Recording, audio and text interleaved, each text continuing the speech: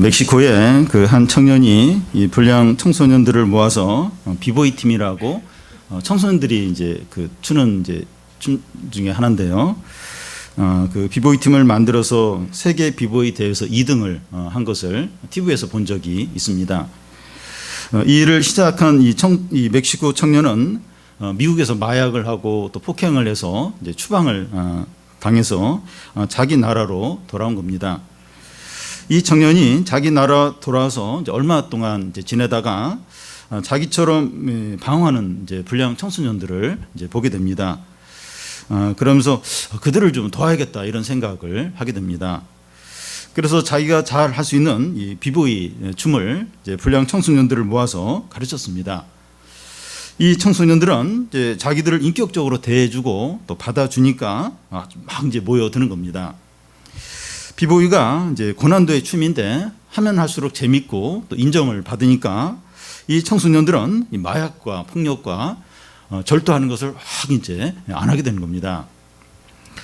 이곳을 이끄는 이 청년이 가장 이제 신경을 쓰는 것은 이 청소년들이 과거로 다시 돌아가지 않는 겁니다. 그래서 청소년들에게 기회가 있을 때마다 이 과거로 돌아가지 말고 이 미래를 향해서 나아가라고 말하는 겁니다. 그런데 이 청소년들이 과거의 어두운 삶으로 돌아가기가 너무나도 쉬웠습니다. 왜냐하면 그 과거의 그 삶이 어두운 삶이 익숙하기 때문이죠. 그리스도인들이 여기에 나오는 불량 청소년들과 같습니다. 우리는 주님을 만나면서 어둠에서 빛이 되었습니다. 그런데 우리에게 익숙하고 편한 것은 어둠의 삶입니다. 그래서 우리 자신이 빛임에도 불구하고 자꾸 어둠으로 돌아가려고 한다는 겁니다. 며칠 전에 그 경기도 지사가 대법원에서 이제 무죄 판결을 받고 지사직을 유지하게 되었습니다. 유죄 판결을 받느냐, 무죄 판결을 받느냐 하는 차이가 엄청나요. 엄청납니다. 세상 법정에서 피고인이 무죄 판결을 받는 것이 본인과 그의 가족들에게 너무나도 중요합니다. 우리 모두는 하나님 앞에서 죄인으로 형벌을 받게 되는데 감옥에 가거나 벌금을 내거나 있는 그 자리에서 내려오는 정도가 아니라 하나님의 무서운 진노의 심판을 받아서 지옥의 영원히 고통을 받게 됩니다. 그런데 예수 그리스도가 우리 죄를 위해서 십자가에 죽으심으로 우리는 죄 용서를 받고 의롭게 되어서 구원을 받았습니다. 이것은 하나님의 전적인 사랑과 풍성한 은혜와 크신 긍휼로 된 겁니다. 그래서 우리는 하나님의 자녀와 또 새 사람과 성도와 빛의 자녀 이게 다 같은 건데 그런 이제 존재가 되었습니다. 이 일은 참되어 진실하고 영원합니다. 우리는 너무나도 존귀하고 영광되고 복된 자가 된 겁니다. 이제 주님은 우리에게 하나님의 자녀답게 성도답게 빛의 자녀답게 살라고 하십니다. 그냥 살라고 하는 것이 아니라 성령을 우리에게 주셔서 성령의 능력으로 살라고 하십니다. 하나님의 이런 요구는 부당하거나 지나치거나 또 불의하지 않습니다. 우리는 감사하고 기뻐하고 자발적으로 이렇게 살아야 되죠. 이것은 마치 어떤 청소년을 미국 하버드 대학에 합격을 시키고 또 재능까지 주어서 명문대생답게 공부해라 이렇게 하는 것과 같고 어떤 청년을 대기업에 합격시켜주고 능력까지 주어서 정직원답게 열심히 일하라 하는 것과 같습니다. 이런 요구가 부당하거나 지나친 요구입니까? 이렇게 그런 좋은 대학에 실력이 안 되는데 합격시켜주고 능력까지 줘서 그 명문대생같이 공부해라. 또 그런 기업에 그 합격시켜주고 나서 또 그런 재능까지 주면서 그 직원답게 열심히 일해라. 이런 요구를 하는 게 지나치거나 부당합니까? 그런데 저는 이제 에베소 말씀을 계속 함께 나누면서 제 자신이 그렇게 살지 못할 뿐만 아니라 그렇게 살고 싶지 싶어하지 않는 자신을 이제 보고 있습니다. 당연히 그렇게 살아야 하는데 한 번씩 마음에 욕심이 이제 밀려오면서 내 마음대로 살고 싶은 겁니다. 에베소 말씀은 성도들에게 하시는 말씀인데 왜 비슷한 말씀을 이렇게 반복해서 하고 있을까요? 여러분 계속 반복이 되고 있어요. 새 사람답게 살아라, 또 성도답게 살아라, 하나님 자녀답게 살아라, 또 빛의 자녀답게 살아라, 이걸 계속 이제 반복해서 이제 말하고 있는데요. 왜 이렇게 비슷한 거죠. 뭐 빛의 자녀, 뭐 성도, 하나님의 자녀 다 비슷비슷한 건데 왜 이 비슷한 말씀을 계속 반복해서 말하는 이유가 뭡니까? 모든 성도들의 마음이 제 마음과 비슷해서 그런 것이 아닐까 생각이 됩니다.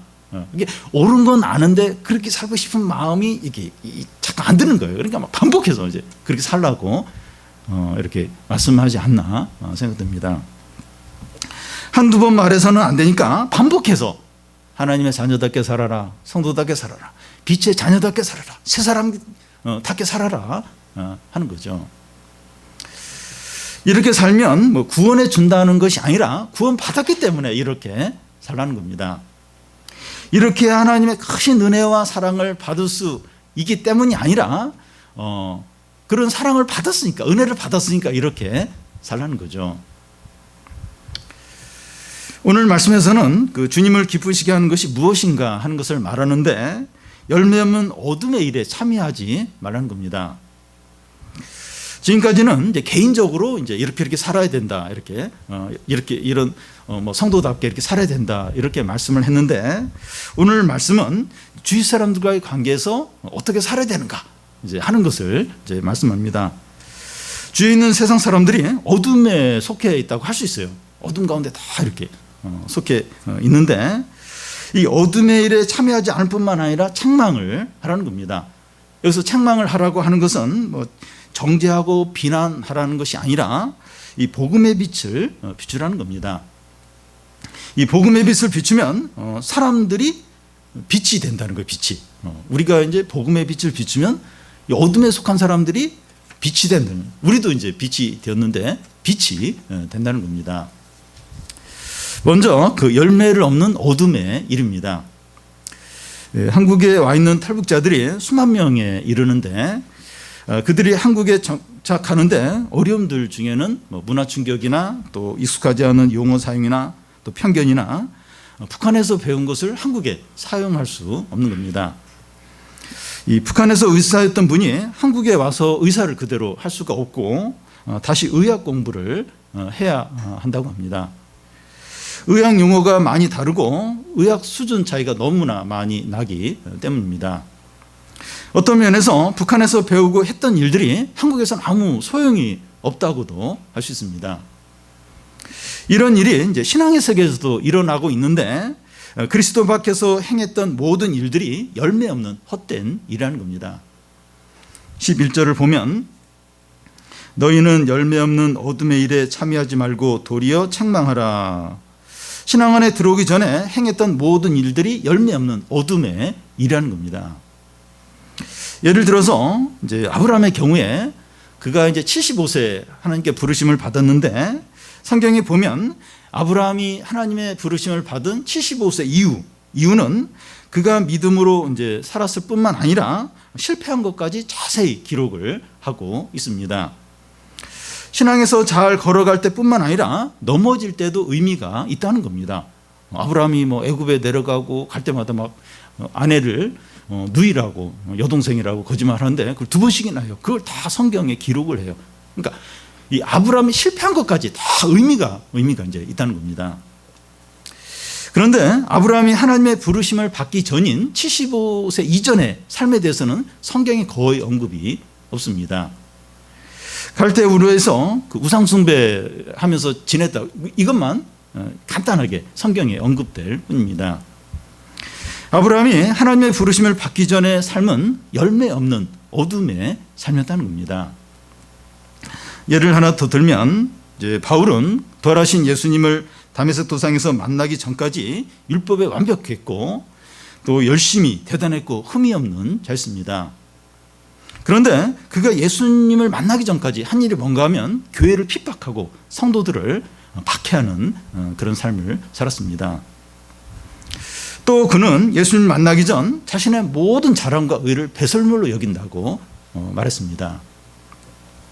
바울도 예수를 만나기 전에 모든 삶이 열매 없는 어둠의 삶이었습니다.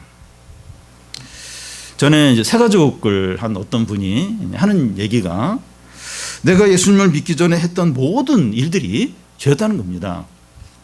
생각하는 것이나 행동하는 것이나 모든 것이 죄였다는 거예요. 주위에서는 그래도 대단했지 않습니까? 이런 말을 하면 절대 그런 얘기 하지 말라고. 좀 부끄럽다고, 다 죄였다고 그렇게 말했습니다. 남들은 칭찬하고 부러할지 몰라도 하나님 앞에서는 열매 없는 어둠의 일이었다는 겁니다.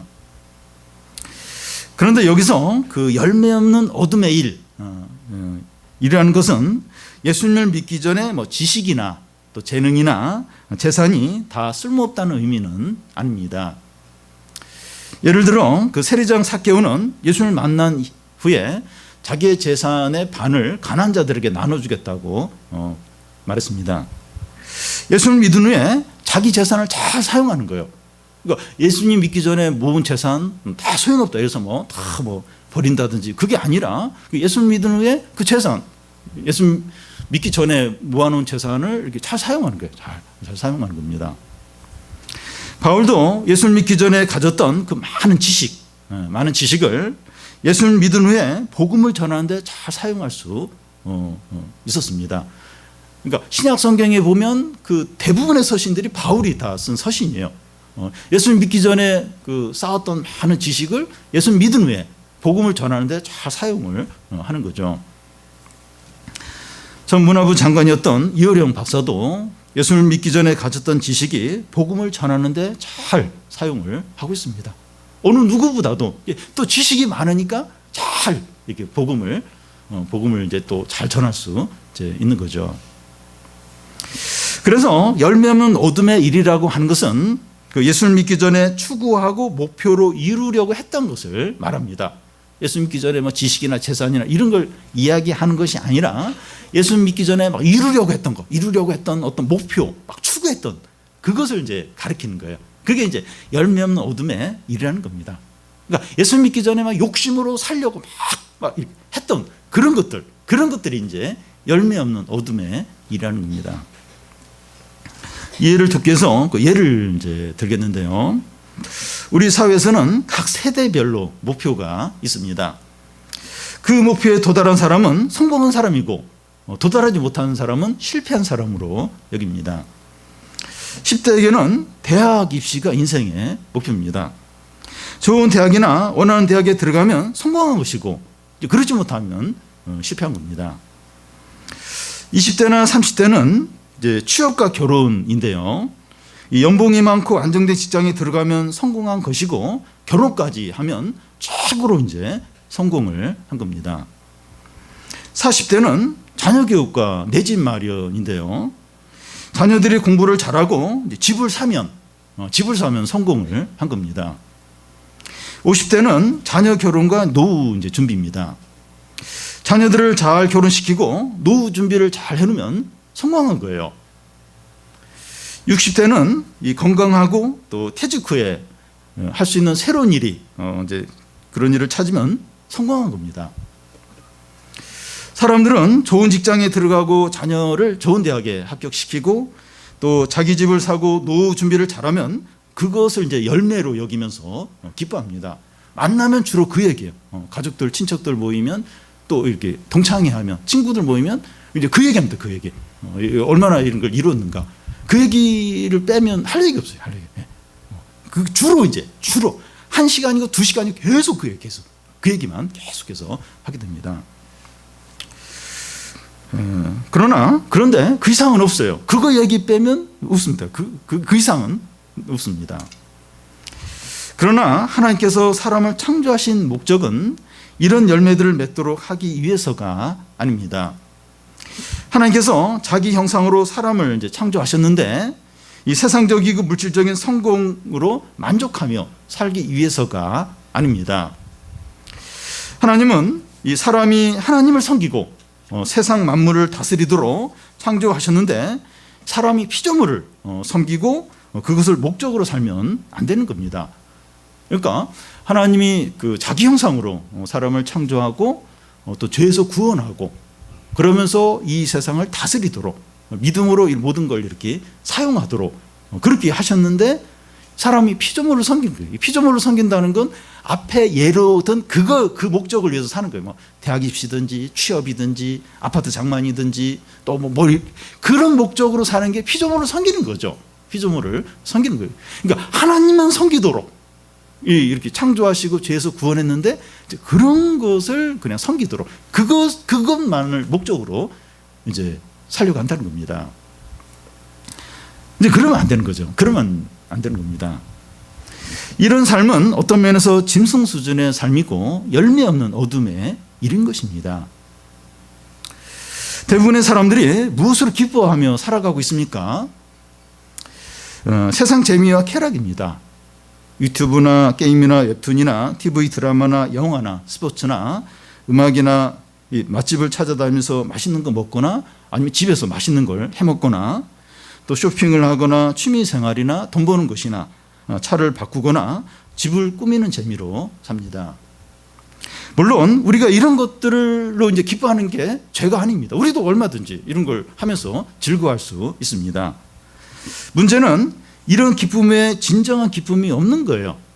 하나님을 예배하며 찬양하며 누리는 기쁨이 없는 게 문제입니다. 사람들이 모이면 어떤 대화를 나눕니까? 직장 동료나 이웃 아줌마들이 모여서 주로 대화 나누는 주제가 무엇입니까? 요즘 아파트 이야기를 많이 해요. 많이 합니다. 뭐 정부 욕을 하기도 하고, 뭐 어쨌든 아파트에 관한 이야기를 많이 하고, 그때 살 걸, 빚 내서 살 걸. 그러면 지금 그게 얼마나 올랐을 텐데, 이러면서 막 후회하기도 하고, 어쨌든 아파트 이야기를 많이 하고, 또 자녀들을 어느 학원에 보내고 어느 학습지를 시켜야 하는지, 그렇지 않으면 스포츠나 TV 드라마나 정치 이야기나 코로나 이야기를 합니다. 물론 믿는 자들도 이런 이야기를 할 수 있어요. 우리도 뭐 이런 이야기 할 수 있습니다. 그런데 처음부터 끝까지 이런 이야기만 하고 하나님 앞에서 자신을 돌아보는 그런 이야기는 없다면 문제인 거죠. 네, 문제인 겁니다. 주로 이제 이런 이야기만 하고 더 할 얘기 없어요. 안녕, 그래 다음에 또 봐, 이러면 이제 문제가 있는 겁니다. 이렇게 자기 영혼에 대해서, 하나님에 대해서, 자신의 신앙의 문제에 대해서 그런 이야기는 관심도 없고, 그런 이야기는 주제도 없고, 그렇다면 이제 문제인 겁니다. 이런 삶은 열매 없는 어둠의 삶이라는 겁니다. 하나님, 우리가 이렇게 살도록 자신의 형상으로 창조하고 죄에서 구원하고 이 세상을 다스리도록 그렇게 그렇게 하신 게 아니죠. 이건 열매 없는 어둠의 일하는 겁니다. 주님이 우리를 이렇게 자신의 모습으로 자신을 갖게 창조하시고 죄에서 구원하시고, 그런 이유는 이 세상을 믿음으로 살도록, 이 세상을 잘 관리하고 다스리도록 하기 위해서인 거죠. 또한 세상 사람들은 수치스러운 삶을 살아갑니다. 12절을 보면 그들이 은밀히 행하는 것들은 말하기도 부끄러운 것들이라. 에베소가 쓰여질 당시가 기원후 이제 1세기 로마 시대인데, 그 당시 로마인들의 사고가 어떤가 하면 이 공적으로 이제 책임 있게 그 삶을 잘 살면 사적으로는 어떻게 살아도 별로 이제 중요하게 여기지 않는 겁니다. 거기에 별로 상관하지 않는 겁니다. 로마 황제 중에 여러 명이 그 미소년이라고 해서 그 잘생긴 청소년과 동성애를 하고, 유명한 그 율리우스 시저는 원로원들의 그 아내 3분의 1을 범했다 할 정도로 아주 유명한 바람둥이였고, 로마 시대에 공중 목욕탕이 많았는데 그곳에서 동성애가 많이 이루어졌습니다. 그 당시 성적 문란함에 대해서는 이렇게 일일이 얘기할 정도로 너무나 부끄러운 것들입니다. 격언 중에 밤은 수치를 모른다는 말이 있는데, 낮에는 하지 못할 죄들을 밤에는 많이 이제 하는 겁니다. 서울의 밤거리를 보면 소돔을 능가하는 죄악의 도시라는 것을 알 수 있습니다. 평상시에 잘 드러나지 않다가 버닝썬, 이태원 클럽 이런 어떤 사건들이 터지면 그곳에서 이루어진 일들이 일부가 이제 드러나는데 얼마나 음란하고 타락하고 악한지 모릅니다. 서울 시내 모텔들이 많은데 낮에도 빈방이 없을 정도로 꽉 차 있다 그래요. 요즘 코로나로 인해서 좀 덜하겠지만 전에는 이제 그렇다는 겁니다. 서울이 망하지 않고 유지되는 게 신기할 정도예요. 이렇게 음란하고 악한데 어떻게 서울이 안 망할까? 이제 그럴 정도입니다. 어떤 범죄가 일어나면 CCTV를 통해서 그 찍힌 장면을 다시 이제 볼 수 있는데 그 장면이 너무 선정적이어서 모자이크를 해서 이렇게 내보내는 경우가 많고, 잠겨있는 핸드폰을 포렌식으로 이제 열게 되면 판도라 상자가 열리는 것처럼 그 안에서 온갖 비리와 불법과 음행이 나오게 됩니다. 그리스도 밖에 있는 모든 사람들은 열매 없는 어둠의 일을 하고 은밀한 죄를 짓는다는 겁니다.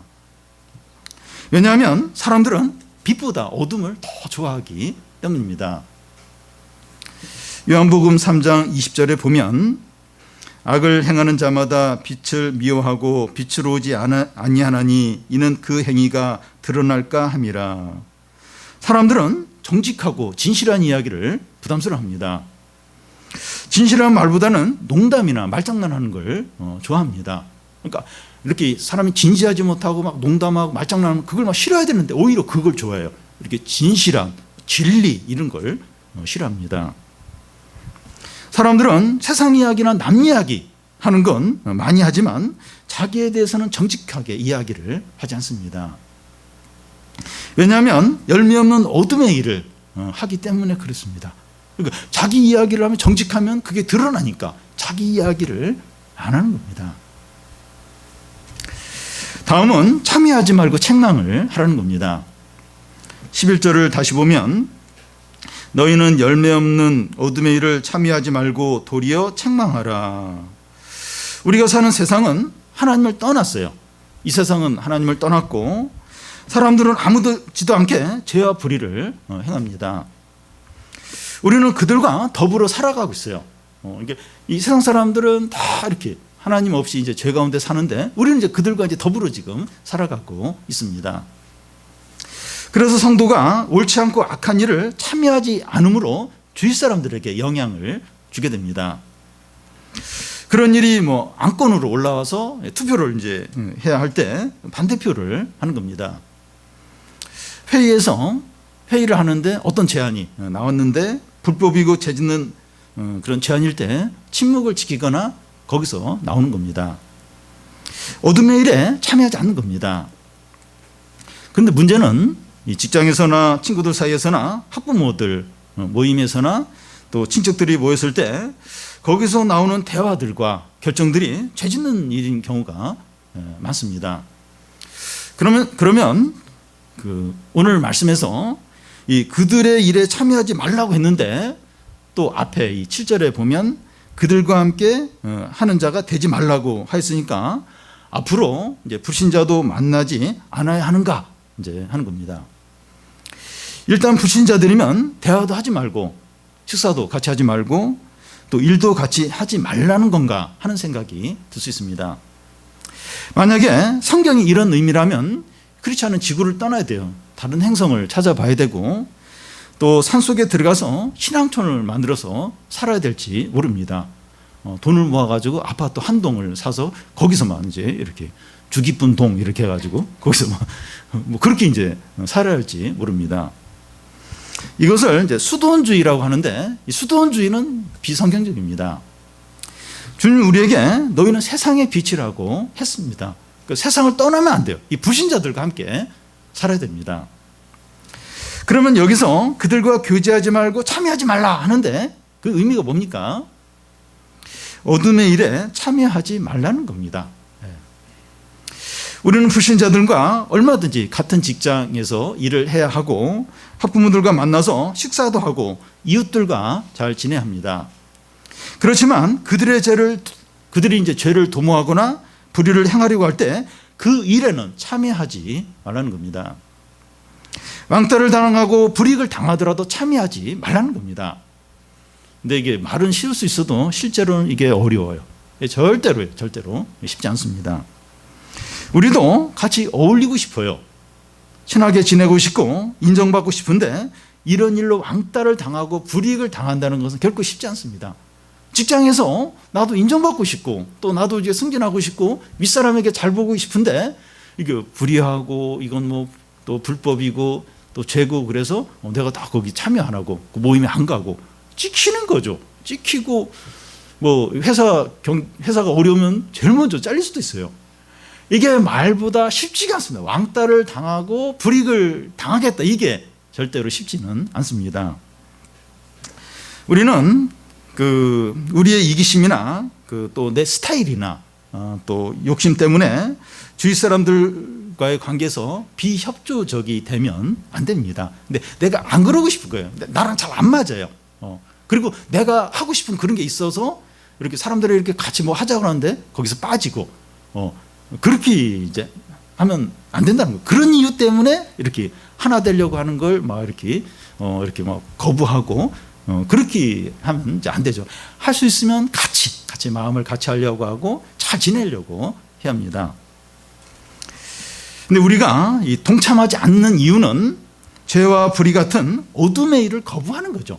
그런 일을 거부하기 위해서 이제 동참을 하지 않는 것이지 자신의 욕심 때문에 어떤 이기심 때문에 자기 스타일 때문에 그래서 이제 이렇게 막 동참하지 않고 그러면서 그걸 막 합리화하고 그건 아니라는 겁니다. 그러니까 이 죄와 불의와 어둠의 일을 거부하기 위해서 그래서 이제 동참을 하지 않는 거예요. 이제 그런 이유에서는 왕따를 당할 수도 있고 또 불이익을 당할 수도 있고 그건 뭐 각오해야 돼요. 그건 당연히 그렇게 해야 한다는 겁니다. 어둠의 일에 참여하지 않는 것은 소극적인 거죠. 바울은 11절 중간에 보면 참여하지 않을 뿐만 아니라 도리어 책망하라고 말합니다. 책망하는 건 이제 적극적인 겁니다. 여기 책망하라고 하는 것은 정죄하거나 뭐 비난하라 또 화를 내라 하는 것을 의미하지 않습니다. 신문이나 매스컴에 보면 정치인들이 서로 비난하는 것을 종종 볼 수 있습니다. 비난하는 것은 어떤 면에서 쉬워요. 쉽습니다. 화내는 건 쉬워요. 잘못을 지적하는 건 쉽습니다. 부부끼리 서로 잘못과 허물을 비난하기가 쉽고 또 부모가 이 자녀의 잘못을 정죄하기가 쉽고 가족끼리 막 이렇게 잘못을 지적하기가 쉽습니다. 세상에서는 서로를 거침없이 정죄하고 비난하고 화를 냅니다. 그런데 믿는 자들이 직장이나 친척이나 이웃 가운데서 다른 사람의 허물에 대해서 비난할 때가 있습니다. 그런데 그것은 아무런 효과가 없다는 거예요. 단지 비난하고 막 화를 내고 이건 효과가 없다는 겁니다. 사람의 죄를 지적하는 것으로는 사람이 변하지 않습니다. 이 율법은 사람의 죄를 이제 드러내는 역할을 하는데 그 율법으로는 사람이 달라지지 않습니다. 만약에 율법으로도 이제 사람이 변화될 수 있다면 예수님이 십자가에 죽지 않았을 겁니다. 사람을 재판해서 감옥에 넣는 것도 사람이 달라지지 않습니다. 우리 교회 교도소에서 이제 재소자를 이렇게 관리하는 그런 집사님이 한 분 계시는데요. 그분이 하는 말이 감옥에서 5년, 10년 형을 살아도 사람이 안 바뀐다는 거예요. 우리 생각에는 감옥에서 10년이 갇혀 있으면 사람이 변할 것 같은데 안 바뀐다는 거예요. 그러니까 그런 일이 전혀 없다는 게 아니라 드물다는 거예요. 바뀌는 경우가 있긴 있는데 아주 이제 드물다는 겁니다. 이것이 무엇을 보여주는가 하면 정죄하고 비난하는 것으로는 사람이 진정 바뀌지 않는다는 거예요. 그러면 여기서 책망하는 게 어떤 겁니까? 여기서 책망하라. 책망하라. 이게 어떤 겁니까? 죄를 드러내지만 회복시키는 것을 말합니다. 의사가 환자를 치료하는 것과 같습니다. 환자가 병원에 오면 먼저 여러 검사를 받으면서 무슨 병인지 이제 밝히게 됩니다. 환자들 입장에서는 여러 검사를 받는 것도 수술 받는 것만큼 힘들어요. 수술 받기 전에 그 검사 받으면서 지쳐버립니다. 검사 받으면서 그냥 병이 날 정도로 힘들 수도 있습니다. 검사를 통해 병이 밝혀지면 환자의 가족에게 충격이 되고 좌절이 되기도 해요. 건강문의 받고 아는 게 병이라고 근심하는 것 같아요. 그 병이 밝혀지면 좌절을 하고 두려워 하기도 합니다. 그런데 그것이 전부가 아니라 의사를 통해서 치료가 되죠. 그때부터 치료가 이제 시작이 됩니다. 예수님이 우리에게 하시는 일이 이거예요. 예수님은 우리의 죄를 드러내지만 치료하고 회복시키십니다. 예수님 앞에 나가면 죄가 다 드러나요. 근데 그때부터 치료되고 이제 회복이 되는 거죠. 그래서 이 책망하는 것은 복음의 빛을 비추는 것을 말합니다. 13절을 우리 같이 한번 읽겠습니다. 그러나 책망을 받는 모든 것은 빛으로 말미암아 드러나나니 드러나는 것마다 빛이니라. 예수님은 창녀 세리를 사랑하셨고 불쌍히 여겼습니다. 예수님은 그들의 죄를 이제 드러내시고 그 죄를 처리하시고 새 사람이 되게 하셨습니다. 예수님을 만난 사람들은 다 변했어요. 다 변했습니다. 7 귀신 들렸던 막달라 마리아, 또 군대 귀신 들렸던 자, 세리장 삭개오, 또 성적으로 방종한 삶을 산 사마리 여인들 모두가 다 변했어요. 모두 하나님 백성이 되었습니다. 여러분, 복음은 죄를 드러내요. 죄를 드러내지만 죄를 치료하고 새 사람이 되게 합니다. 13절 끝에 보면 드러나는 것마다 빛이니라. 예수를 만나고 복음을 믿는 사람은 누구나 빛이 됩니다. 전에는 어둠이었는데 이제는 빛이 돼요. 그러니까 예수님을 만나고 복음을 듣고 믿는 사람은 전에는 어둠이었어요. 어둠이었는데 빛이 돼요. 빛이 됩니다. 우리가 이제 빛이 된 것처럼 빛이 됩니다. 그 당시 바리새인들도 사람들을 책망했어요. 그런데 그들은 사람들을 사랑하지 않으면서 정죄하고 비난했습니다. 그 이상 아무것도 하지 못했어요. 그들은 한 사람도 변화시키지 못했습니다.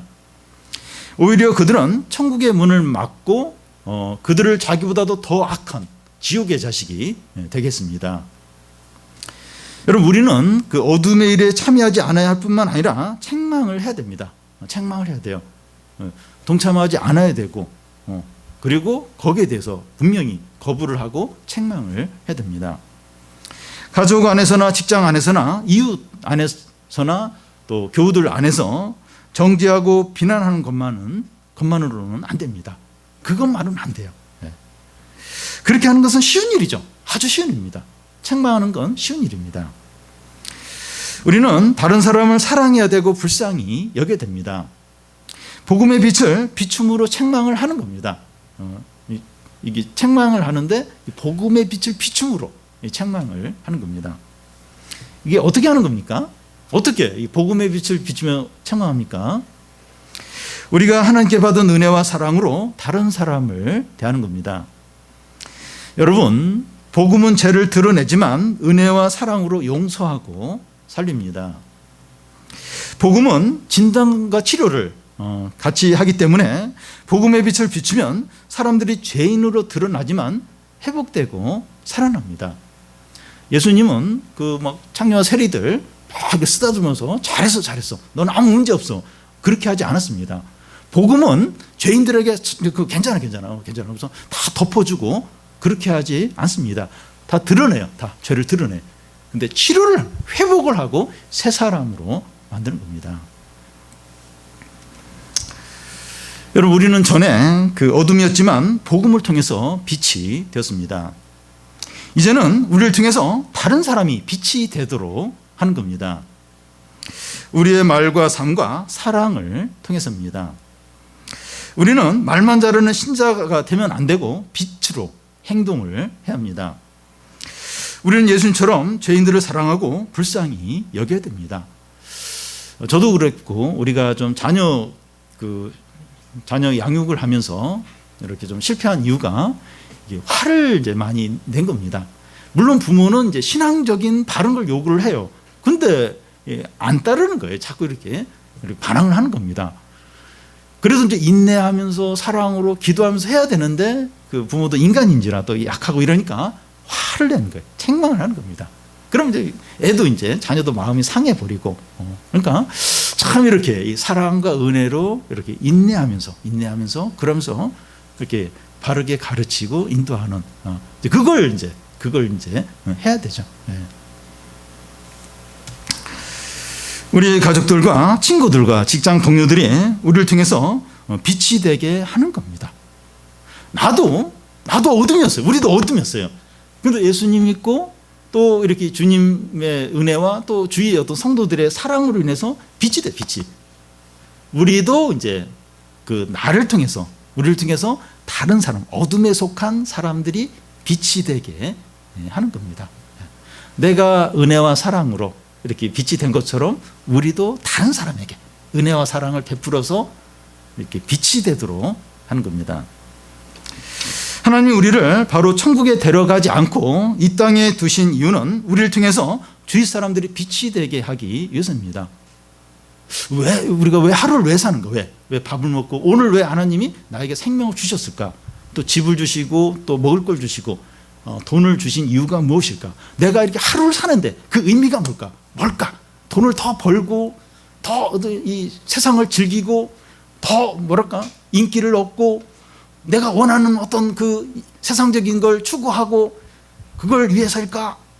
뭘까? 왜 하나님이 나에게 생명을 주셨을까? 오늘 밤 이렇게 죽어도 그냥 이렇게 하나님께 갈 텐데, 천국에 갈 텐데 왜 이렇게 하루를 살게 하실까? 어둠이었는데 빛이 되게 하신 거예요. 사랑과 은혜로. 나를 통해서 지금 어둠에 속한 사람들이 너무 많아요. 주위에. 가족들 중에도 있고 친구들 중에도 가면 이 부딪히는 사람이 다 어둠에 속한 사람일 수 있습니다. 나를 통해서 그들이 빛이 되도록, 빛이 될 수 있다는 거예요. 빛이. 우리를 통해서 빛이 될 수 있다는 거예요. 그걸 위해서 오늘 하루 살게 하시고 또 이렇게 생명을 이제 주시는 거죠. 그래서 우리가 막 나가서 바로 이렇게 막 복음을 전하고 전도지를 돌리고 그렇게 하지 않더라도 우리가 빛의 자녀답게 사는 겁니다. 그러니까 막 불평하고 내가 왜 빛의 자녀로 살아야 돼? 내가 하고 싶은 대로 못 해야 돼? 그러면서 막 그렇게 하는 게 아니라 감사하고 기뻐하는 거죠. 이 빛의 자녀로 사는 거죠. 기꺼이 주님께 제안을 받는 거죠. 말씀대로 행하는 거죠. 기쁨으로. 그러면 빛이 나오죠. 빛이.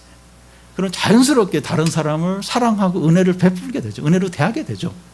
그러면 다른 사람들이 알죠. 하나님이 살아계시는구나. 하나님 좋으신 분이구나. 그걸 알게 되죠. 그래서 어둠에 속한 자들이 빛이 되는 겁니다.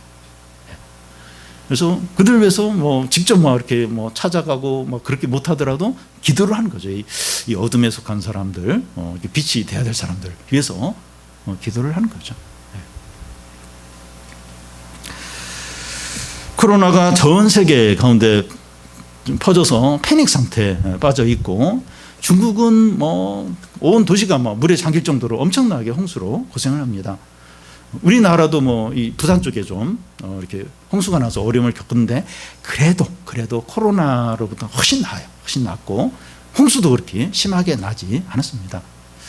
하나님 왜 우리에게 이렇게 하셨을까? 이렇게 하셨을까? 저는 이렇게 빛의 자녀로 더 온전히 살도록 하기 위해서 더 하나님께 기도하고 더 믿음으로 살도록 하기 위해서 하나님 코로나로부터도 이렇게 그래도 좀 안전하게 하시고 또 이런 홍수도 좀 이렇게 좀 피하게 하시고 그랬다고 저는 생각이 됩니다. 우리가 빛의 자녀답게 살 때 주위에 있는 어둠에 속한 자들이 돌아오는 거더라. 그걸 위해서 우리에게 이런 은혜를 허락을 하신 겁니다. 마지막으로 잠자는 자는 깨어 일어나라는 겁니다. 길에 누가 누워 있을 때 자는 것과 죽은 것은 본질적으로 다릅니다. 그런데 가까이 가서 확인하기 전까지는 자는 건지 죽은 건지 잘 이렇게 구별하기가 어렵습니다. 14절을 우리 같이 한번 읽겠습니다.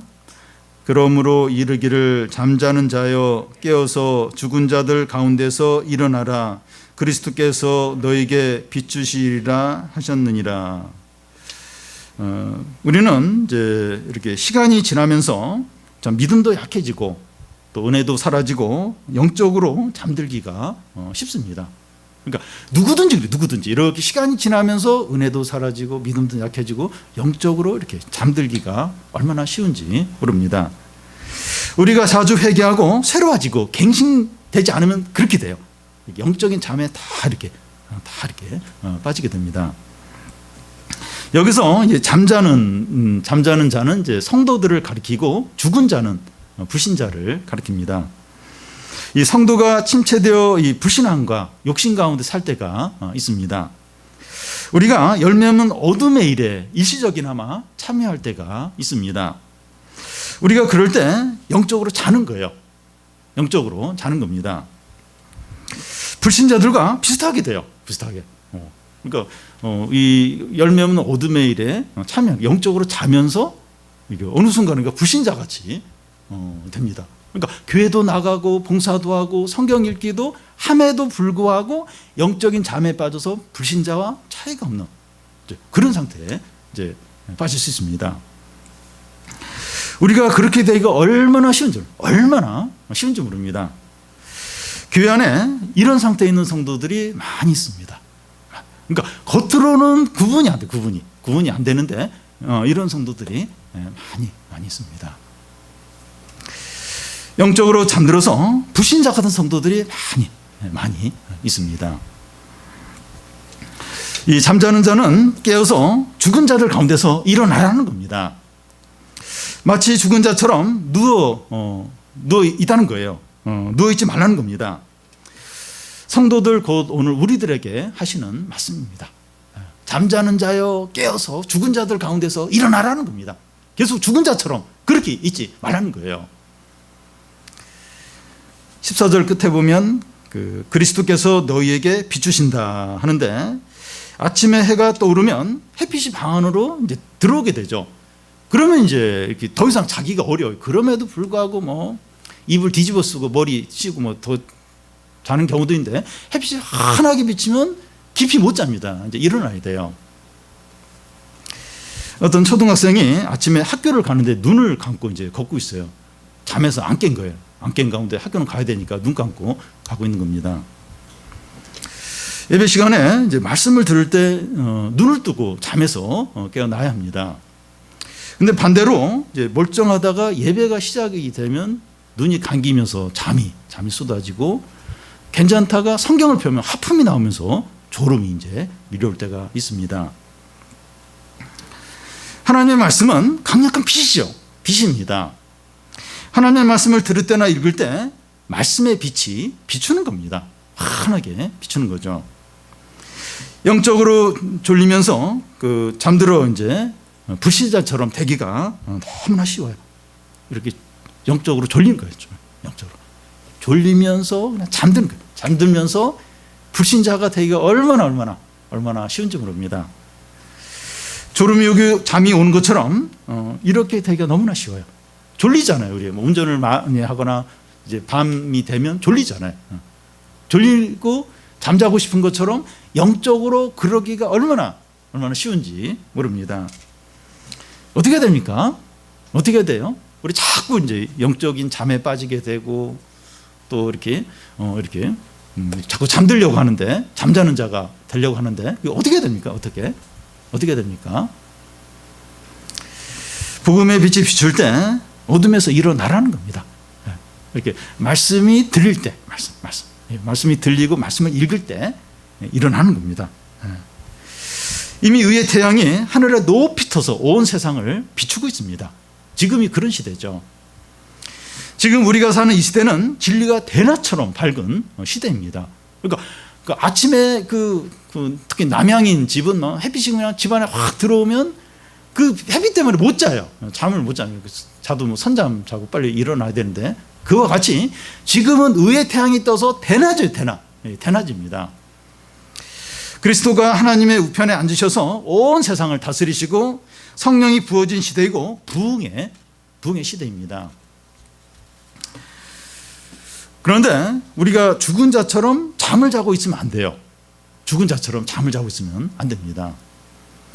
청소년 캠프에서 아침에 이제 기상곡으로 자주 이제 사용하는 복음성가가 있는데 그 복음성가 그 가사처럼 일어나라 주의 백성 빛을 발하라 주가 너의 영광으로 임하시리라 온 세상이 어둠 속에 헤매고 있지만 주가 너와 함께 계셔 회복을 명하시네 일어나라 빛을 발하라 마음 백성이 너희 빛을 보고 사방에서 나오네.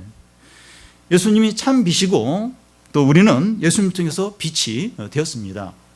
이제는 우리를 통해서 다른 사람이 빛이 되어야 됩니다. 원래는 어둠이었는데 예수님을 통해서 빛이. 이 어둠 얼마나 어둡습니까? 얼마나 겉은 안 어두워 보여.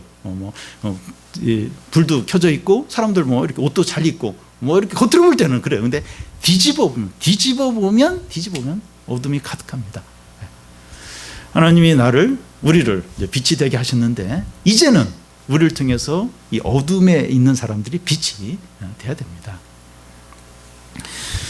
여러분, 우리는 전에 어둠이었지만 이제 빛의 자녀답게 살아야 됩니다. 감사하고 기뻐하고 자발적으로 자원하면서 이렇게 사시기 바랍니다. 이렇게 사는 거예요. 자발적으로 사는 겁니다. 우리가 얼마나 존귀하고 영광되고 복된 자인지 모릅니다. 주님이 이제 빛의 자녀로 살아라. 부당합니까? 억울해요. 너무 몰라서 이게 우리에게 베푸신 은혜와 사랑이 얼마나 큰지 모르는 거예요. 얼마나 존귀하고 복되고 영광된 자가 됐는지 모르는 거예요. 이 하나님의 사랑과 그리스도의 은혜를 조금이라도 100만 분의 1이라도 알면 억울해하거나 막 분해하거나 그렇지 않는다는 겁니다. 이제는 기뻐하며 감사하며 자발적으로 성도답게, 하나님의 자녀답게, 새 사람답게, 빛의 자녀답게 사는 겁니다. 그러면서 이제 이 어둠에 속한 사람들을 이렇게 빛이 되도록 하는 거죠. 그리고 이 주위에 다 어두운데 동참하지 않는 겁니다. 이제 책망은 화를 내고 막 정죄한다는 게 아니라 사랑과 은혜로 죄를 지적하면서 이렇게 하는 게 나오도록, 빛이 되도록, 주님께 나오도록 이끄는 겁니다. 그래서 우리를 통해서 참 어둠에 속한 많은 사람들이 이렇게 빛이 되도록 하는 그런 은혜가 넘쳐나기를 바랍니다.